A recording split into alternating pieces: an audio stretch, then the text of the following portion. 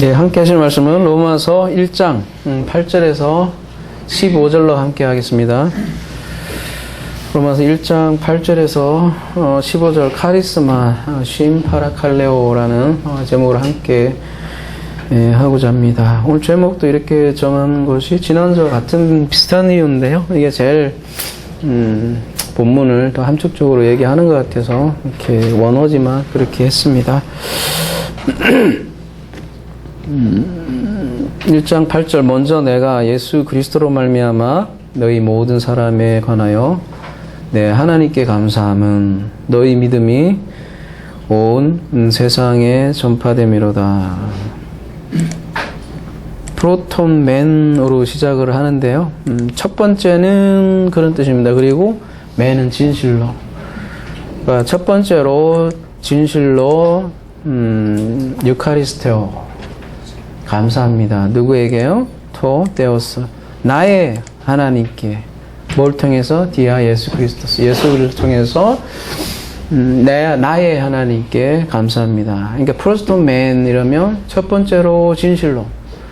그럼 여러분 첫 번째 그러면 두 번째 나오고 세 번째 나오고 그런 것이 정상적이지 않습니까? 네, 뒤에 보면 뭐 둘째, 셋째 이런 말은 안 나옵니다. 그래서 이 말은 프로톤맨 이렇게 시작하는 거는 자 이제부터 시작합시다 그런 뜻입니다. 이제 1절부터 7절까지 일종의 문안인사잖아요. 문안인사인데 이제 오늘 8절부터는 자 이제부터 한번 시작해 봅시다 그 얘기죠, 그죠? 뭘 시작하겠다는 거예요? 복음에 대해서 이제 본론으로, 그죠? 복음에 대해서 한번 얘기해 봅시다 이렇게 시작을 하는 거죠.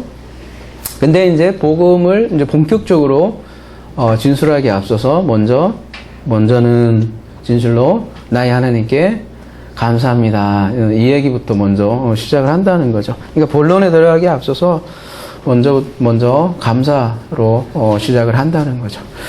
그러니까 그의 시작은 감사예요. 누구에게요? 나의 하나님에게. 그냥 하나님이 아니라 나의 하나님 이렇게 얘기하는 거는 일종의 뭐라고 해야 되나요? 친분관계를 드러내는 그런 표현이라고 해야 될까요? 그리고 그 감사하는 이유가 뭐냐면 너희 믿음이 온 세상에 전파되었기 때문입니다. 이렇게 얘기를 하고 있습니다. 그러면 그 로마 교회죠, 그죠? 그 교인들이 믿음이 엄청 대단해서 그러면 온 세상에 전파되었는가? 그런 말인가요? 그런 말이기보다는 하나님께 감사하잖아요. 먼저 감사한 이유가 그 성도의 믿음이 누구로부터 나왔기 때문에요? 하나님으로부터 나왔기 때문에 그래서 하나님께 감사한다는 거죠. 근데 하나님께 감사 이제 대상이고요, 그죠? 바울이 하나님께 감사하는데 누구를 통해서 감사를 하냐면 예수 그리스도라는 거죠. 그러니까 그리스도로 말미암아서 그리스도 때문에 감사하고 있다는 거죠. 그러니까 그들의 믿음이 곧 그리스도의 믿음이기 때문이죠. 그리스도 없이 그들의 믿음이 있을 수 있겠습니까? 그죠? 없죠. 그러니까 믿음은 그리스도의 믿음이다 이렇게 얘기를 하고 그래서 예수 그리스도를 통하여 하나님께 감사한다 이런 표현을 한다는 거죠. 그리고 사도 바울 자신 또한 그리스도의 믿음 때문에 그리스도 때문에 자기의 나됨이 그리스도 때문이다 그런 거죠. 그래서 예수 그리스도를 통하여 하나님께 감사한다 이렇게 표현을 하고 있습니다. 그들의 믿음이 온 세상에 전파되었습니다. 일종의 좀 가장법이죠, 그죠? 왜 이런 표현을 했을까요? 그렇다고 실제로 다 온 세상에 퍼진 건 아니죠, 그죠? 근데 그 바울이 설립했던 그 교회죠, 그 아시아 지역에 그런 여러 교회에 알려졌다는 그런 얘기죠. 그리고 또 하나는 다른 곳이 아니라 로마에 복음이 전해졌다는 것은 나름 의미심장한 의미를 가지고 있죠. 왜냐하면 로마는 모든 길은 로마로 통한다고 그런 말도 있듯이 세계의 중심지였으니까요. 오늘날로 말하면 뉴욕 좀 될라나요, 그죠? 뉴욕에 교회가 하나 딱 생겼어요. 이제 그러면 세계 중심지잖아요. 그러니까 어떤 땅끝까지 복음이 이제 전파될 거라는 그런 희망을 갖게 되는 거죠. 그러니까 바울은 로마에 굉장히 방문하고 싶은 거죠. 그리고 그 로마에 방문해서 그 로마를 전초기지 삼아서 스페인까지, 그 당시에는 스페인이 땅끝으로 생각을 했던 모양이에요. 그죠? 그래서 땅끝까지 가고 싶었던 사도 바울의 소망이었던 거죠. 근데 9절에 그래서 내가 그의 아들의 복음 안에서 내 심령으로 섬기는 하나님이 나의 증인이 되시거니와 항상 내 기도에 쉬지 않고 너희를 말하며. 그러니까 1절에서 7절까지 사도 바울이 자신이 이방인에게 복음을 전하는 사도로 부름을 받았습니다. 이런 내용이 1절에서부터 7절까지잖아요. 그리고 8절에는 너희 믿음이 온 세상에 전파되었다. 그렇다면 이방인의 사도잖아요. 사도 바울이. 당연히 로마에 한 번쯤은 방문해야 되지 않겠습니까? 그죠? 근데 사도 바울은 아직 로마에 방문을 하지 못했다는 거죠. 근데 방문하지 못한 이유가 본인이 가기 싫어서 간 것이 아니라 정말 가고 싶었다는 거예요. 그래서 정말 가고 싶었다는 표현을 이렇게 한 거죠. 9절 볼게요. 그러니까 하나님이 나의 증인이 되신다. 뭘요? 요 뒤에 부분은 좀 뒤에 설명하기로 하고요. 그러니까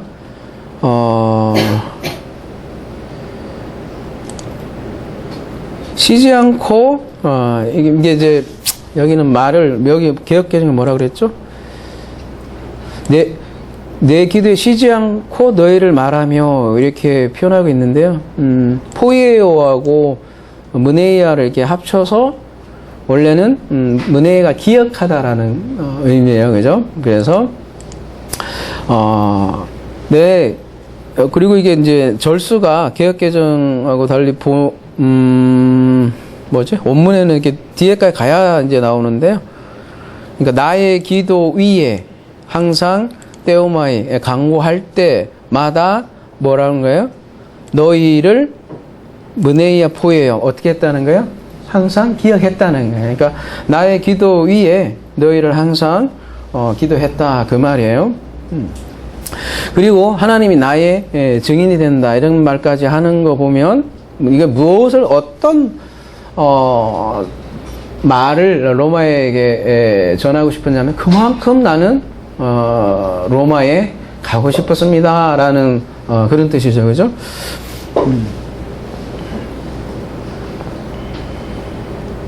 그러니까 자신을 이방인의 사도로 지금 묘사하고 있는데 이방인의 중심지인 로마를 가고 싶지 않겠느냐. 이거는 하나님도 안다. 그런 표현이겠죠. 그죠? 그리고 앞에 내가 하나님께 감사합니다. 이렇게 표현했잖아요. 어떤 맥락에서 감사하다라는 걸 표현했냐면 본인은 이방인의 사도잖아요. 그런데 이방인의 사도면 모든 이방을 품고 있는데 그 중에 로마가 거기에 복음이 전파됐으니까 그런 자기 어떤 사도적이라고 해야 되나요? 그런 감사가 표현되어 있는 거죠. 자기가 이방인의 사도로서 엄청 감사한다. 그냥 뭐 립서비스로 감사한다기보다는 자기의 이제 사명으로서 일부가 성취되는 것을 보고 하나님께 감사한다. 그런 말이겠죠.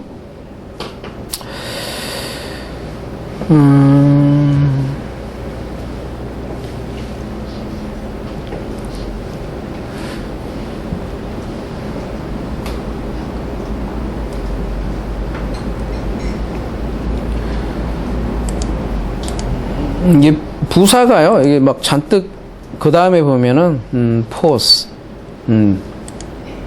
에데, 포때 계속 이 부사가 이렇게 겹쳐서 나오는데 이걸 뭐라고 좀 표현해야 되나요?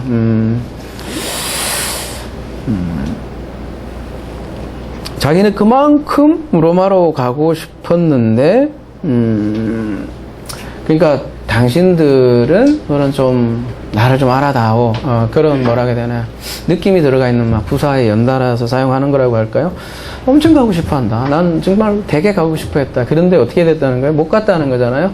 그건 내가 안 간 게 아니라, 뭔가 장애 요소가 있었다는 거죠.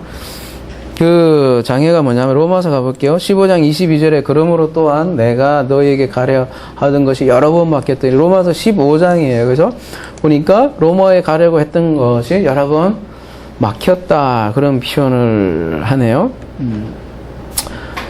이 홀로우라는 단어를 쓰고 있는데 여기 수동태예요. 이게 흔히 이제 하나님의 수동태라는 그런 표현을 많이 써요, 사람들이. 그러니까 수동태인데 하나님에 의해서 막힌. 그러니까 자기 스케줄대로 되지 않는 거죠. 그리고 사실 나중에 보면 사도 바울이 어떻게 로마에 방문하게 되면 일종의 재수의 상태로 로마에 가거든요. 원래 뜻하지 않은 대로 자신의 길이 갔던 거죠. 일종의 좀 아이러니죠, 그죠? 그러고 보면 우리 삶도 마찬가지인 것 같아요. 우리 삶이라는 게 자기의 뜻대로 되지 않는 것들이 대부분인 것 같아요. 그래서 그런 표현을 하죠. 막 문이 닫힌다, 그런 표현을 하죠. 자기가 이제 살면서 이렇게 여러 가지 문이 있을 거 아니에요. 자기가 선택의 기로도 있을 거고, 요런 선택도 있고, 요런 선택도 있고, 저기 살아갈 거 아니에요. 근데 내가 요걸 하니까 요게 막히고, 내가 요걸 하고 요게 막히고, 요걸 했더니 요렇게 다 막혀. 어느 길을 갈 줄 몰랐는데 마지막 한 가지 문이 남아있었고, 골리 들어가게 되는 거죠. 근데 알고 보니, 그 문이 자기가 원래 들어가야 할, 그런, 문이었다는 거죠. 이게 다 문이 닫힌 거예요. 저도 이런 경험을 많이 한 것 같아요. 많이라기보다는 그렇게 해서 여기까지 온 것 같아요. 다 막히고.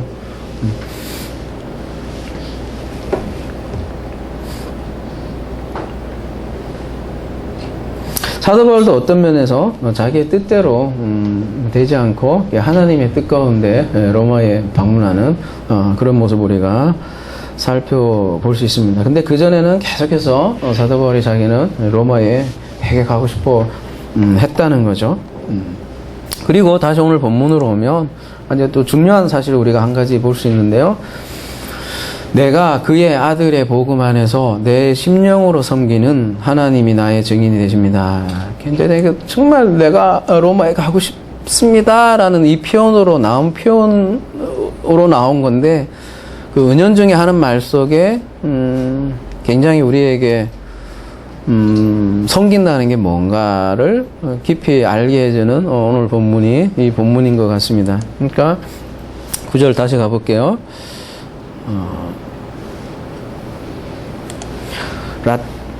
여러분 라추리오라고 해서 그죠? 봉사하다, 섬기다, 이렇게 예배하다 이런 뜻을 가지고 있는 단어예요.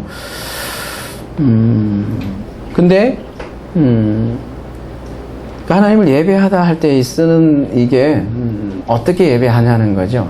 그러니까 사람들은 이제 하나님을 예를 들면 섬긴다 이러면 어떤 자기 방식대로 섬기는 거를 이렇게 생각을 한다는 거죠, 그죠? 혹은 뭐 하나님은 복을 주시는 분으로 생각을 해서 그런 분으로 섬기는 거죠. 근데 오늘 본문에서는 무엇이 섬기는 거고 무엇이 예배다라는 것을 우리에게 알려줍니다. 첫 번째는 뭐냐면 엔호 푸뉴마 뮤, 그러니까 나의 영으로 섬긴다 이렇게 얘기를 하고 있네요, 그죠? 나의 푸뉴마로. 근데 이 라츄르라는 건 사실 굉장히 제의적인 용어라고 해야 되나요? 어떤 제사 이런 느낌이 나오니까죠. 라츄르니까. 근데 사도 바울의 의도가 다분히 숨겨 있는 게 뭐냐면 이게 굉장히 제의적인 용어잖아요. 근데 거기에 엔호 푸뉴마를 집어넣어서 난 예배를 하는데 나의 예배는 뭐냐면 영으로 하는 예배다 이렇게 얘기를 하고 있어요. 그러니까 일종의 제의 양식하고 이렇게 푸뉴마하고 상당히 대조적으로 일부러 그 단어가 대조해서 쓰인다는 거죠.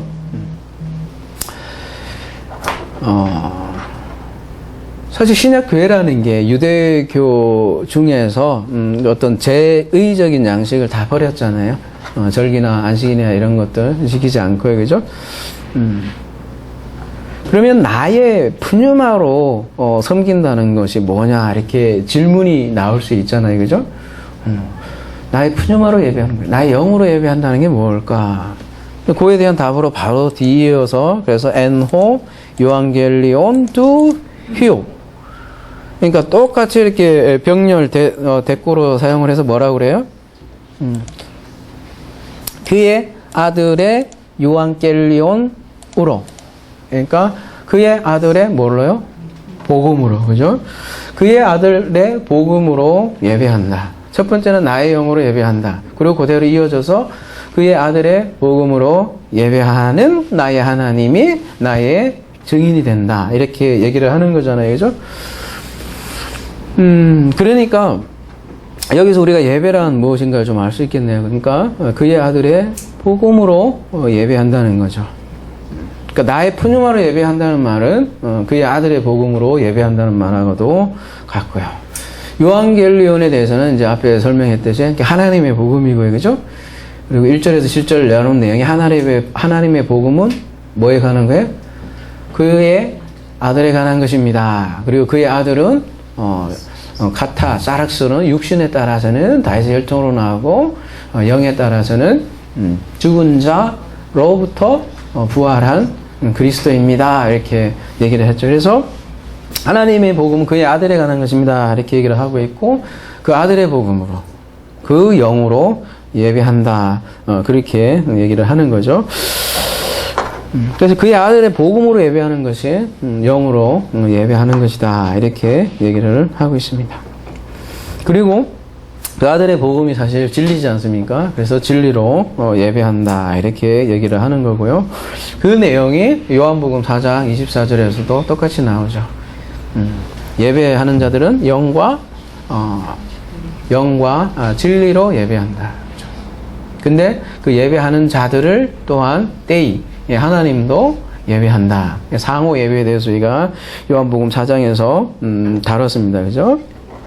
그래서 하나님이 영과 진리로 예배하고 그래서 그의 성경을 받아서 그의 일하심을 받아서 우리도 그 아들의 복음으로 온 마음으로 온 영으로 예배한다라는 거죠. 그래서 예배라는 게 일종의 열렬한 사랑이라고 그랬잖아요. 예배라는 단어 자체가 강아지가 주인을 이렇게 막 따라가면서 혀로 핥은 그런 단어라고 그랬죠. 그죠? 예배 자체가 그래서 열렬한 사랑이라는 거죠. 근데 사랑이 먼저 하나님께부터 나오고 그 사랑을 입은 자들이 또한 그의 아버지를 사랑하는 것, 그것이 예배라고 하는 거죠. 그러니까 서로 예배가 되려면 그 아들의 복음으로 예배가 된다는 거죠. 그래서 사도 바울은 다시 본문으로 와서 엄청나게 로마에 가고 싶었다는 거죠. 그리고 그곳에 본인은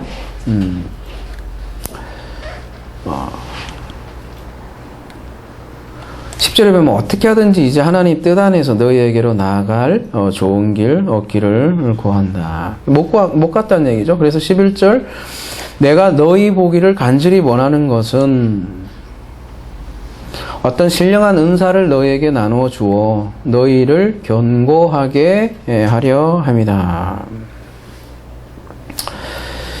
사도 바울은 신령한 은사를 나눠주기를 원했다. 이렇게 얘기 나오네요. 그죠? 카리스마 푸뉴마티코스인데요.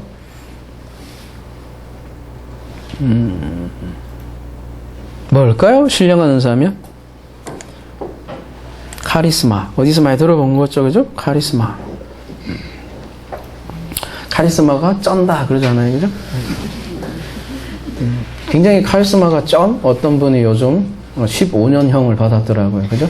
어디 얘기는 안 할게요. 근데 굉장히 카리스마가 쩔어요. 그죠? 얼마나 카리스마가 쩔으면 그를 어떤 신으로 생각을 했다잖아요. 그래서 여성들이 거부를 못했다고 하잖아요. 그죠? 이리 와! 그러면은 무슨 신의 음성처럼 생각을 해갖고 저항할 수 없었다. 그래서 그 형이 오히려 좀 높아졌잖아요. 그죠? 그런 카리스마로 생각할지 모르겠는데요. 이 카리스마가 이 카리스에서 온 거예요. 카리스가 뭐죠? 은혜죠. 그죠? 은혜. 은혜라는 것 자체가 선물이라는 뜻이고요. 그죠? 그리고 푸니마티코스 카리스마 이라니까 영의 선물이라는 뜻이죠. 영의 선물. 다른 말로 하면 하나님의 선물이죠. 그러니까. 그리고 하나님의 선물이라는 것은 하나님의 능력이라는 거죠. 하나님의 능력. 그래서 로마서 6장 23절 가보면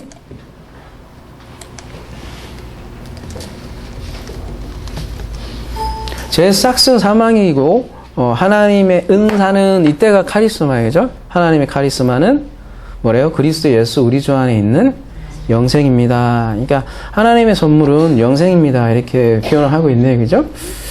근데 그 영생을 담고 있는 것이 하나님의 복음이에요. 그죠?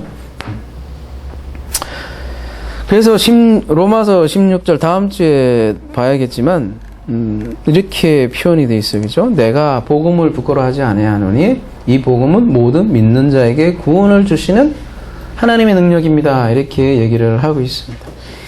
이 하나님의 능력이 곧 푸니마티코스 카리스마예요. 그러니까 복음이에요. 여러분 그 카리스마라는 게 푸니마티코스 카리스마가 복음 하나님의 복음을 얘기하고 사도 바울은 이 하나님의 복음을 나눠주고 싶었던 거죠. 왜요? 뭘 하기 위해서? 너희를 견고하게 하기 위하여. 이제 저 로마에 가고 싶어요. 제가 줄 때문에 이게 자꾸 돌아서기. 첫 번째가 이렇게 은사, 그죠? 카리스마. 요걸 원해서 요걸 위해서 로마에 방문하고 싶다는 거예요. 근데 요 카리스마를 나눠주는 이유는 또 부속된 이유겠죠? 부속된 이유는 뭐라고 하냐면 너희를 견고하게 하려 합니다. 이렇게 얘기를 하고 있네요. 그러니까 교회를 세우는 것이 하나님의 카리스마다 이렇게 얘기를 하고 있네요. 그죠? 5절에 보면 그의 사도직 자체도 은혜입니다. 이렇게 카이로 묶여 있어서 그죠? 그런 내용 우리가 지난주에 살펴봤죠? 그러니까 사도직분 자체도 은혜. 사도직분 자체도 그래서 카리스마라고 할 수 있고요. 그래서 이 복음으로, 그러니까 하나님의 복음이죠. 하나님의 능력이죠. 그걸로 교회를 견고하게 하기 위해서 로마에 가고 싶은 거예요. 은사 얘기 나왔으니까 잠깐 한 부분 더 살펴볼게요. 고린도전서 12장 27절 가볼게요.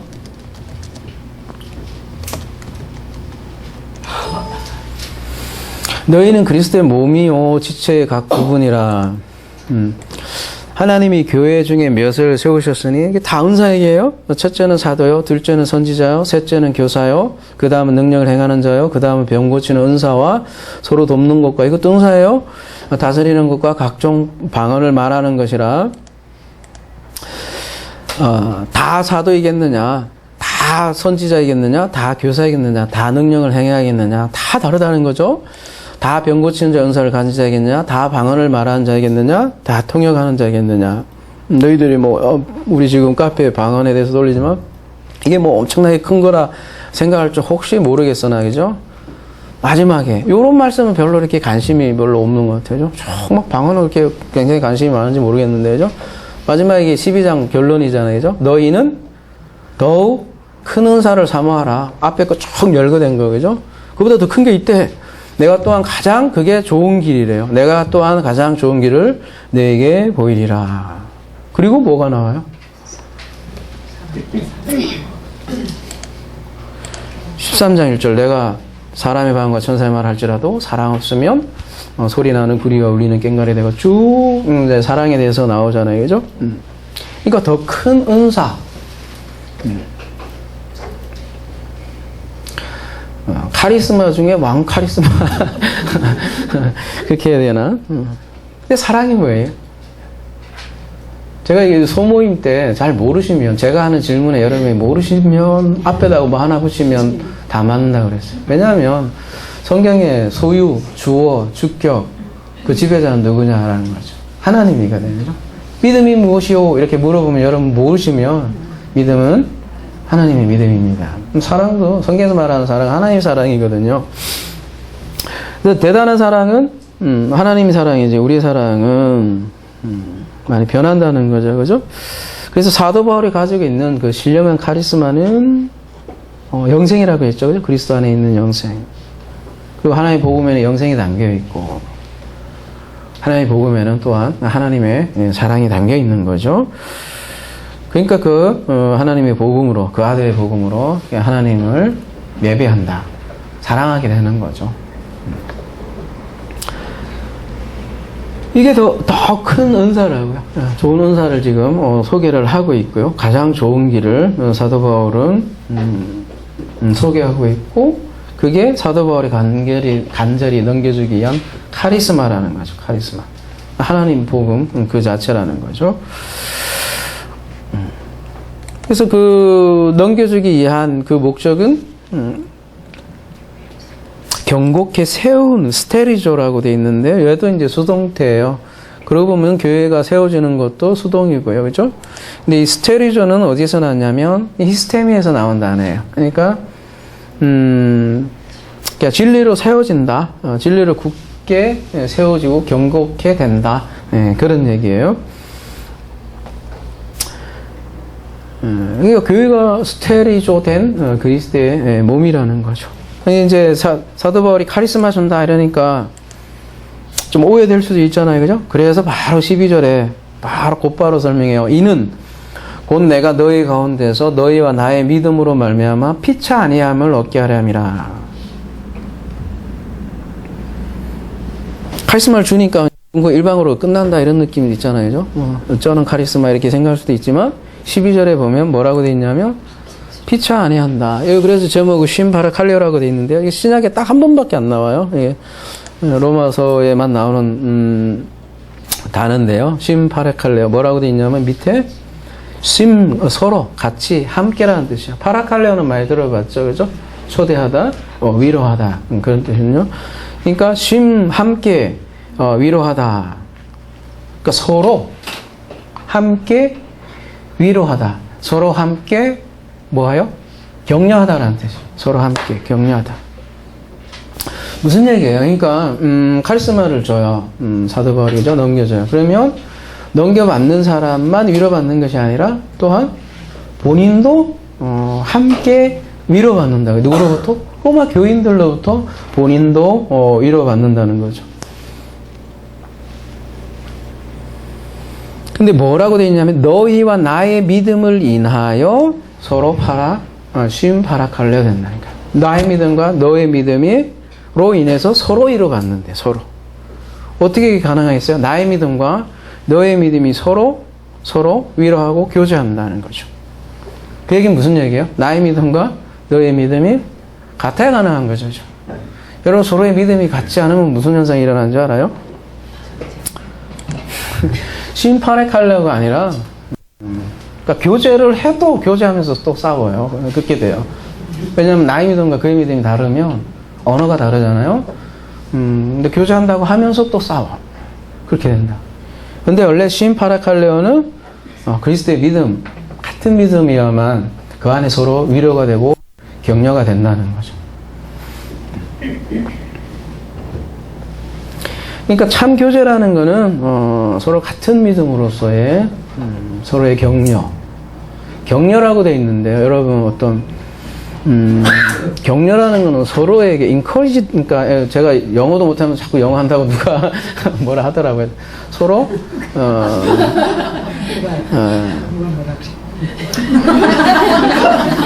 많아요. 제가 외국에서 듣는 사람도 있는데 발음도 안 좋으면서 맨날 영어 하냐고. 근데 저도 순간순간 나와요. 근데 이게 우리나라 말보다 더 좀 가까운 뜻이, 어쨌든요, 우리 교제라는 건요, 아무리 진리 할아버지라도요, 뭐라고 해야 되나요? 서로 이렇게 말 그대로 위로가 되고 격려가 되거든요. 복음이라는 게 하나님 사랑인데, 그 사랑 안에 담겨 있는 언어들이 어떻게 서로 이렇게 비방하고 서로 아프게 하고, 그죠? 멋있잖아요. 예를 들면 그 진리라는 그 내용들이 그 주제 서술어들이 되게 멋있잖아요. 근데 멋있어도요, 사람을 아프게 할 수도 있어요. 사람을 아프게 할 수도 있어. 이게 진리야. 아니, 이게 뭐, 헬라어가 이게 심파레칼레어가 이거야 하는데, 되게 멋있는 말이잖아요. 근데 그게 사람을 막 아프게 할 수도 있다고요. 그렇지 않다는 거예요. 진리라는 건 서로, 위로가 되고, 격려가 된다는 거죠. 그게 서로 심파라칼레오라는 거죠. 뭐 때문에? 그리스도의 믿음으로 가능한 거죠. 나의 믿음이 아니고, 자기가 믿는 게 아니고, 자기가 어떤 뭐 헬라어를 통해서 뭐 어떤 신념 그런 것들이 믿음이 아니고, 하나님의 복음이잖아요. 그게 하나님의 카리스마라는 거예요. 그러니까 진정으로 하나님 카리스마로만이 그래서 예배가 된다는 거죠. 예배라는 게 우리가 하나님과 나의 열렬한 사랑이기도 하지만 우리 성도들 간에도 함께하는 예배거든요. 서로 함께하는.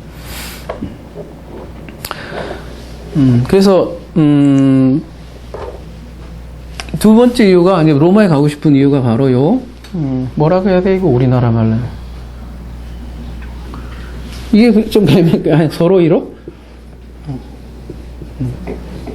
이렇게 할게요. 그냥 서로 이로. 어쨌든 여기가 말고 여기가 심파라칼레요. 그죠? 은사 서로 위로 이러니까 제목이 별로 마음에 안 들어서 제가 이렇게 했습니다. 그리고 신약에 딱 한 번 나오는 거니까 그죠? 심파라칼레요. 여러분 외울 필요도 있잖아요. 없어요. 로마서 말고는 이게 안 나와요. 그죠? 그러니까 여기에서 또 우리가 또 할 수 있는 거는 그러면 사도 바울만 카리스마가 쩌는 게 아니라, 그러니까 사도 바울만 카리스마가 있는 게 아니라는 얘기죠. 내가 카리스마를 넘겨주러 갑니다 하면서 바로 이어서 얘기하는 게 나도 받습니다. 당신들로부터. 왜요? 그분들도 하나님의 은사로 주어진 뭔가들이 다 있다라는 거죠. 그 형태는 다 다르고요. 그죠? 그래서 서로 위로받는다는 거죠. 그러니까 사도 바울 또한 로마 교통에서 위로를 받는 것이다라는 거죠. 그러니까 여기서 우리가 알 수 있는 게 카리스마는 혼자 어떻게 해요? 독점하는 게 아니다. 근데 많은 여기 교회 목사님들 보면 쩔어요. 그죠? 카리스마가. 그죠? 혼자 쩔어. 그리고 남들은 다 이 카리스마를 따라가야 되는 것처럼. 이제 카리스마가 좀 오해가 되어 있는 것 같아요. 그죠? 그래서 그 카리스마를 좀 돋보기 위해서 어떤 신비한, 그죠? 능력이 있는 것처럼, 그런 방향으로 가거나, 그렇다는 거죠. 근데 우리가, 우리 하나사랑의 본질적 가치의 그 내용에도 여러 가지 내용이 있는데, 그 중에 하나가 은사 공동체라는 말을 쓴 것으로 여러분, 기억할 거예요. 그죠? 그런 내용 때문이에요. 한 사람이 뭔가 독점하는, 공동체가 아니라, 다양한 은사 공동체가 교회라는 거죠. 교회는 이런 사람이 있을 수 있고, 이런 사람이 있었고, 예를 들면 저희 하나사랑 같으면, 이런 사람이 있고, 저런 사람이 있다는 거죠. 그 사람들에 의해서 자연적으로, 이렇게 뭐라고 해야 되나요? 모임이나 이런 것들은 자연스럽게 이루어져야 된다는 거죠. 먼저 딱 정해서, 그거다 다 꾸겨 박는 게 아닌 거예요. 예를 들면 우리 교회는 찬양을 잘한 사람이 한 사람도 없는데, 그거다 다 꾸겨 넣는 거야. 그래서, 그게 아니라, 우리 교회는 찬양하는 사람이 없어. 그러면 뭐 있을 거 아니에요, 예를 들면. 그러면 그쪽으로 가게끔 돼 있다고요. 그래서 어떤 조직이 먼저 설정되는 게 아니라, 그 한 사람 한 사람의 은사에 있다라는 거죠. 사람이라는 게요, 그 뭐라 해야 되나, 본질적으로 태어난, 그런 것도 있잖아요. 아무리 바꾸려고 해도 안 바꾸는 게 있고, 어떤 거는 아무리 하기 싫어도 되게 잘하는 것들이 또 있어요. 사람이라는 게, 그죠? 주어진 선물이 있는 것 같아요. 그래서 그 자기가 가진, 그죠? 하나님의 능력이죠? 하나님의 선물이죠? 이게 다양하게 가지고 있다고요. 그래서 그 다양한 그 은사들을 서로 나누고, 그래서 그 나눌 때 서로 위로받는 거죠. 그 능력을 자랑하려고 하는 게 아니라, 그 생물체들이 서로 이렇게 이루어져서 서로 위로되고 격려받는 모임이 예배이기도 하고요. 우리가 모이는 이유 중에 또 여러 가지 이유 있지만 그 중에 하나이기도 하고요. 그죠? 그거를 아들의 복음으로 영으로 예배한다 이렇게 얘기하는 거죠. 한 영으로 한 복음으로 서로 위로하는 것이죠. 그래서 13절로 넘어가 보면, 그래서 형제들아 내가 여러 번 너희에게 가고자 한 것을 너희가 모르기를 원하지 아니하노니. 엄청 강조해요. 그죠? 아까도 엄청 가고자 했다고 하는데, 그죠? 또 모질라서, 그죠? 형제들아 내가 여러 번 핑계를 대도, 그죠? 어찌나 되는지, 내가 여러 번 너희에게 가고자 한 것을 너희가 모르기를 원하지 아니하니 이는 너희 중에서도 다른 이방인 중에서와 같이 열매를 맺게 하려 함이로되 지금까지 길이 막혔도다. 여기 길이 막혔도다 말 표현이 또 나오네, 그죠? 15장에도 나오고.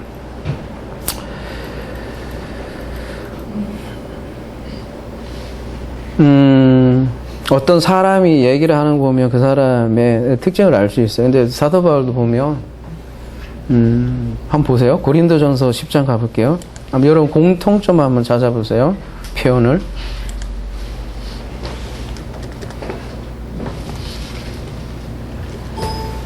형제들아 나는 너희가 알지 못하기를 원하지 아니하노니. 비슷하죠 오늘 말씀하고, 그죠?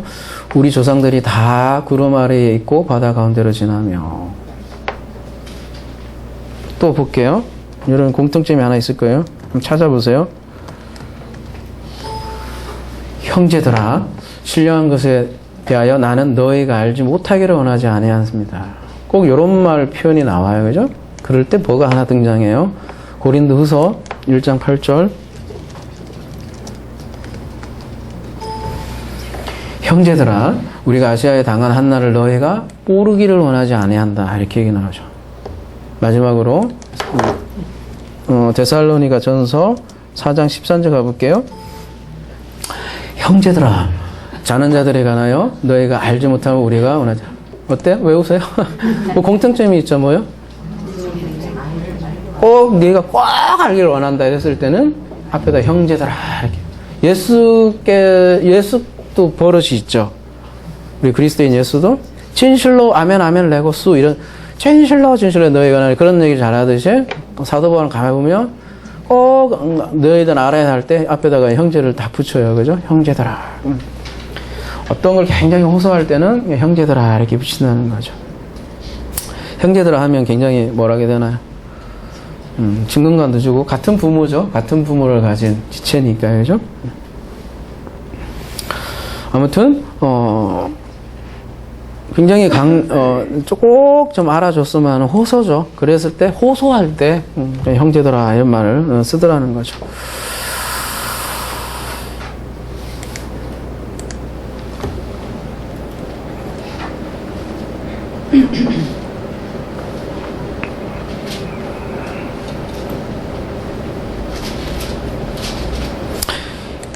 길이 막혔고요. 그 다음에 뭐라고 되어 있냐면 티나 칼폰 스코. 무슨 얘기예요? 그러니까 내가 너에게 진짜 가고자 하는 것을 되게 원한다. 뭘 위해서요? 어떤 칼포스를 위해서. 그러니까 어떤 너희 안에 스코 어디서 많이 들어본 거네죠? 에코 원형이 에코네 얘기죠? 너희 안에 소유하기 위해서 무엇을요? 칼포스를 열매를요. 뭐와 같이? 다른 이방인 안에 있는 것 같은 열매를 너희도 소유하기를 원한대요. 그러니까 다른 이방인들이라고 하면 아까 얘기했던 그 바울에 의해서 세워진 뭐 아시아 마케도니아 이게 각각 교회 있잖아요, 그죠? 그런 교회 회중이 그러니까 여기 로마도 보면 그 다른 이방인 중에서 소유한 그 열매처럼 너희도 맺기를 원한다 이렇게 얘기하는 거 보면 로마 교회에도 대다수가 이방인들이 모여 있었다는 것을 우리가 또 한 번 이렇게 알 수 있고요, 그죠? 그러니까 바울의 다른 교회처럼 로마 교회에도 뭔가 열매를 맺기 원한다는 거죠. 뭐 열매가 뭘까요? 어떤 열매를 이렇게 원할까요? 여러 말씀을 볼 수 있지만 가장 가까운 로마서에서 예를 들면 사도 바울이 얘기하는 거 보면 제일 가깝겠죠. 예를 들면 로마서 6장 가볼게요.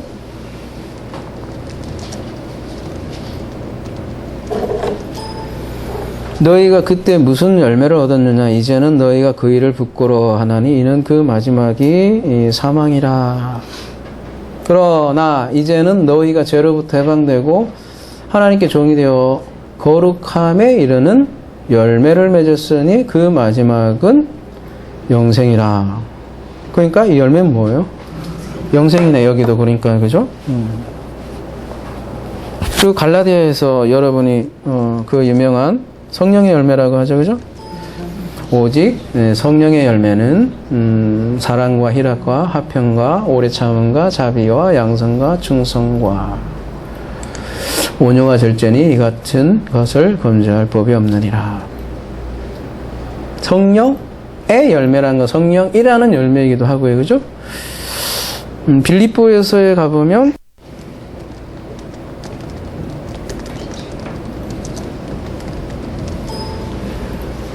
그거를 이제 의의 열매라고도 이렇게 표현을 하고 있고요. 그래서 열매하면 어떤 뭐라고 해야 되나요? 성교적 열매 이런 쪽으로도 많이 일단 생각을 한지도 모르겠어요. 아니면 전도의 열매 있잖아요, 그죠? 그래서 열매가 많이 맺는다는 거는 이게 숫자가 좀 많아지는 것을 생각할지 모르겠어요, 그죠? 그렇게 많이 따지잖아요. 또 21세기의 어떤 사고 방식에 의하면, 그죠? 우리 모임도 사람이 굉장히 많아져야 막 열매를 많이 맺는다 이렇게 생각할지 모르겠어요. 근데 그렇게 숫자로 자꾸 보게 되면 여러분 실망밖에 안 할 거예요, 그죠? 실망할 거예요, 그죠? 근데 사도 바울의 언어를 가보니까 영생 자체가 열매고 성령이라는 그 성령의 열매, 의의 열매 그 자체가 열매인 거죠.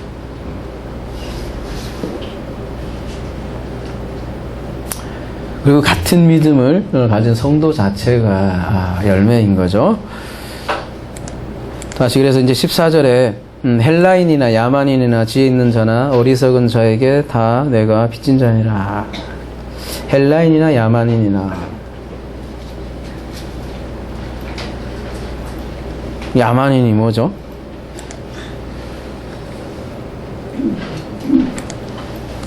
여기 보면 여러분 바발로스라고 되어 있는데, 그죠? 이렇게 여기 단어가 보면 아유 이게 표가 안 되나? 응? 바로 그죠? 두 개가 이게 두 개가 이렇게 연달아 나오잖아요, 그죠? 바로 이렇게 일종의 뭐라고 해야 되나 이거를 바로. 그러니까 헬라인들이 다른 어떤 언어를 쓰는 사람을 좀 뭐라고 해야 되나? 좀 이렇게 좀 낮춘 말이에요. 이게 경멸의 말이고. 당시에는 페르시아인이겠죠, 그죠? 페르시아인이 다른 말을 하고 있었는데, 그 사람들의 말을 좀 흉내는 거예요. 바로.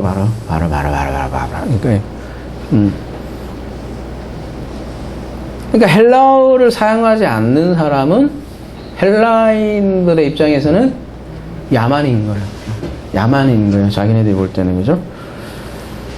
그런 있잖아요. 그런 그 민족의식이라고 해야 되나요? 자국이 최고로 어떤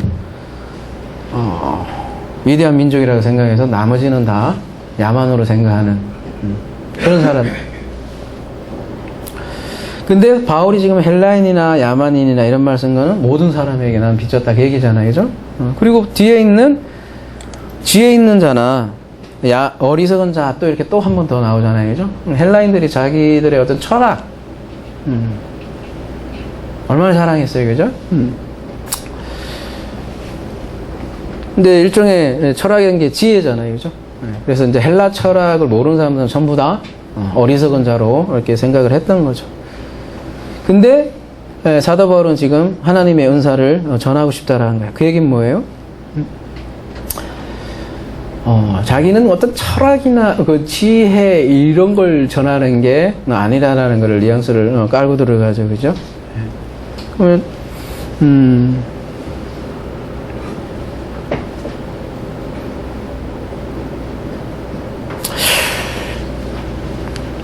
여러분 우리가 헬라어 이렇게 나오면 예를 들면 우리 헬라어를 이렇게 하시잖아요, 그죠? 그러면 꼭 뭐라고 해야 되나? 꼭 뭐 아는 거 자랑하는 것처럼 이렇게 여러분 여길지도 모르겠어요. 혹시나 그죠? 그게 되게 개인적으로 염려스럽기도 한 부분이고요. 그죠? 지금으로 따지면 언어 좀 관심이 좀 어떻게 보면 한국에 많아진 것도 사실이잖아요. 근데 오늘 뭐 말씀으로 굳이 이렇게 비유해서 표현하면 헬라어 아는 사람이나 헬라어 모르는 사람에게나 내가 전하는 복음은 하나님의 복음입니다. 이렇게 하는 거죠. 사실 더 중요한 거는요. 그래서 헬라어나 히브리어 자체에 있지 않다는 거죠. 그리고 우리가 이 헬라어나 히브리어를 뭐 어떤 뭐라고 해야 되나요? 어떤 지식으로 유희로 배우려고 하는 건 아니잖아요. 어떤 우리가 오해가 많아서 그 오해를 좀 걷어내기 위한 하나의 몸부림이죠. 그죠? 충분히 다 이해가 된다면 굳이 뭐 이걸 붙들고 있겠어요. 그죠? 그리고 아까 은사도 다양하다고 했지 않습니까? 그죠? 제가 전하는 뭐 방법이 있을 거고 어떤 다른 분 다르게 또 전할 수 있겠죠. 근데 저는 다른 재주가 별로 없어서 이거 하는 것 뿐이라고요. 그러니까 이걸 뭐 모든 꼭 헬라어를 히브리어를 다루어야만 뭐 하나님의 복음을 전하는 것처럼 그렇게 착각하시는 분들이 좀 오해하는 분도 많고요. 그죠? 그런 분들 너무 많이 봐왔고요. 그런 부분 되게 조심해야 되겠다라는 좀 당부는 드리고 싶고요. 우리가 헬라어하고 히브리어 공부하려고 하는 게 아니에요. 절대로. 이건 하나의 세미나일 뿐이고요. 그죠? 우리 그러면 뭘 배우고자, 뭘 알고자 하는 거죠? 하나님의 복음이죠. 하나님의 지혜. 하나님의 지혜. 하나님의 지혜가 뭐냐? 간략하게 그냥 쭉 읽을게요. 그냥 이 시간이 없어서.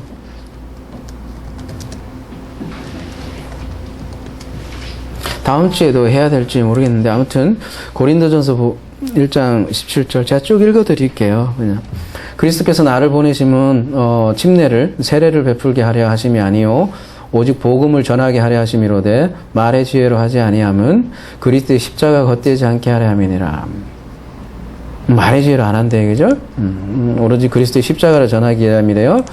18절 십자가의 도가 멸망하는 자들에게는 미련한 것이요 구원을 받는 우리에게는 하나님의 능력이다. 기록된 바 내가 지혜 있는 자들의 지혜를 멸하고 총명한 자들의 총명을 폐하려 하였으나 지혜 있는 자가 어디 있느냐 선비가 어디 있느냐 이 세대의 변론가 어디 있느냐 하나님께서 이 세상의 지혜를 미련하게 한 것이 아니냐. 하나님의 지혜에 있어서는 이 세상이 자기 지혜로 하나님을 알지 못하므로 하나님께서 전도에 미련한 것으로 믿는 자들을 구원하시기를 기뻐하셨도다. 이 또 전도에 미련한 거라니까, 그죠? 그쪽으로만 생각하는 것 같아요, 그죠? 고구마 전도, 감자 전도, 그죠? 그런 미련한 짓이 아니라는, 그런, 그 복음을 전한 자체가 전도예요. 사도 바울이 예를 들면, 3개월 동안 에베소에 있으면서 전하는 것도 전도라는 거죠. 근데 그게, 되게 미련해 보인다는 거죠. 왜냐하면 십자가 얘기하니까, 그죠?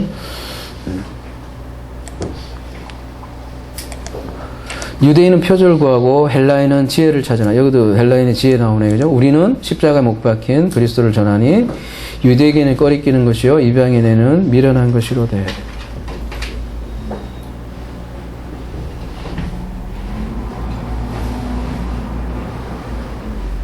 사실 저희도 그래서 이게 헬라어 전하는 건 아니잖아요, 여러분. 그죠? 그런가요? 그런 뉘앙스를 끼치나요, 여러분? 아닐 거예요, 그죠? 저도 나이 좀 더 들면 이거 좀 안 하고 할 수 있을 것 같아요, 이제. 좀만 더 하면. 근데 이 시대에 좀 필요한 작업이기도 한 것 같아요. 그래서 하는 건데, 아무튼, 헬라어를 전하기 위한 게 제가 목적이 아니잖아요. 그거는 뭐 도구일 뿐이고, 실제로 전하고자 하는 거는 복음인데, 그거 더 좁히면 십자가잖아요, 그죠?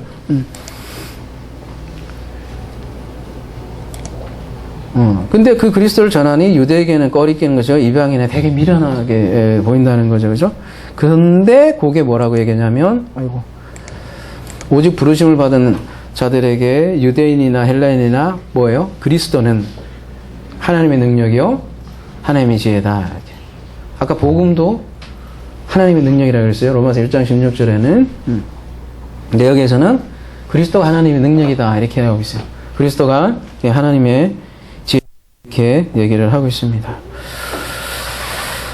쭉 더 봐야 되는데 시간이 넘어가니까 여러분 한번 고린도전서 1장 나머지 부분을 여러분이 한 30분까지 쭉 한번 읽어보세요. 다 이 지혜가 사람의 지혜가 아니라 하나님의 지혜를 전한다 이렇게 얘기를 하고 있어요. 그래서 헬라인들은 그 되게 중요시하고 철학을 되게 중요할지 모르는데 나는 헬라인이나 야만에게나 모두 하나님의 능력, 하나님의 지혜, 그 그리스도를 전할 거야 라는 그런 얘기를 하는 거죠. 고린도전서 2장에도 가보면요 계속 하나님의 능력, 하나님의 지혜 그런 말들이 반복되고요 계속해서 강조를 하고 있다라는 거죠. 다시 오늘 본문으로 돌아와서 그래서 헬라인이나 야만이나 지혜 있는 자나 어린 자에게 다 내가 빚진 자라.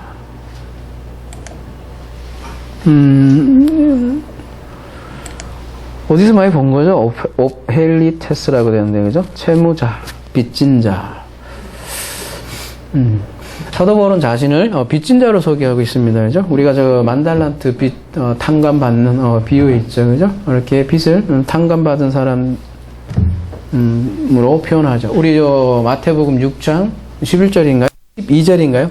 우리에게 죄 지은 자를 사해 준 것 같이 우리의 죄를 사해 주고 할 때 그 죄라고 번역이 되어 있지만 사실은 언어에 보면 빛을 아피엠이 떠나보내게 하죠. 빛을 탕감해 주세요. 그런 기도죠. 그죠?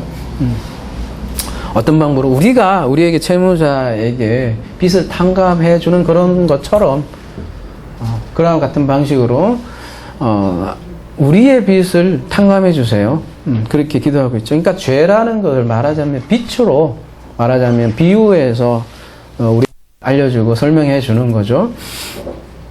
여러분 뭐 빚 한번 시달려 본 사람 알 거예요. 얼마나 압박이 심하고 그걸 비유해서 죄라는 그 상태가 얼마나 괴로운가를 우리에게 알려주는 거죠. 그죠?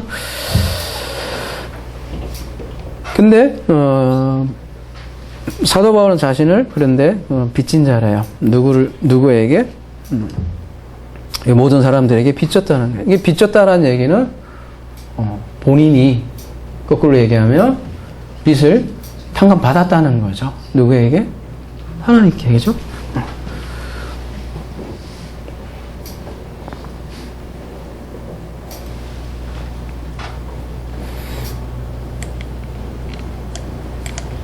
그래서 마지막에 그러므로 나는 할 수 있는 로마에 있는 너에게도 복음 전하기를 원하노라. 할 수 있는 대로 이렇게 되어 있지만 원어에 보면 간절한 소원은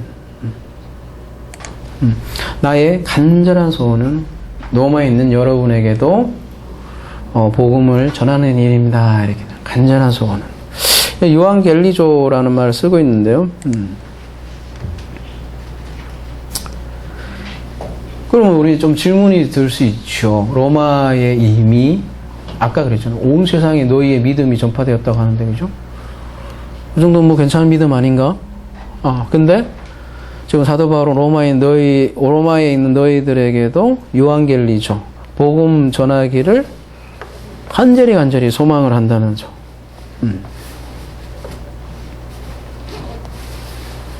요한겔리죠. 복음을 전한다. 복음.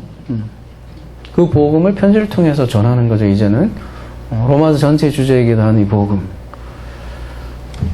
이미 접했잖아요, 로마 교회는. 그죠? 그런데도, 복음을 전하기를 간절히 원한다는 거죠. 그러니까 복음을 전한다는 건 여러분, 그러니까 뭐 말하자면, 뭐 지하철이나 이런 곳에서, 전하는 그런 것만 얘기하는 게 아니죠. 일차적으로 뭐 회심을 유도하는 것도 하나의 복음 전하는 걸 수도 있지만 이미 모여있는 그 공동체에게 계속해서 아까 뭐죠? 경고히 세우기 합니다. 이렇게 얘기를 하죠. 그죠? 그리고 서로 피차 아니하게 합니다.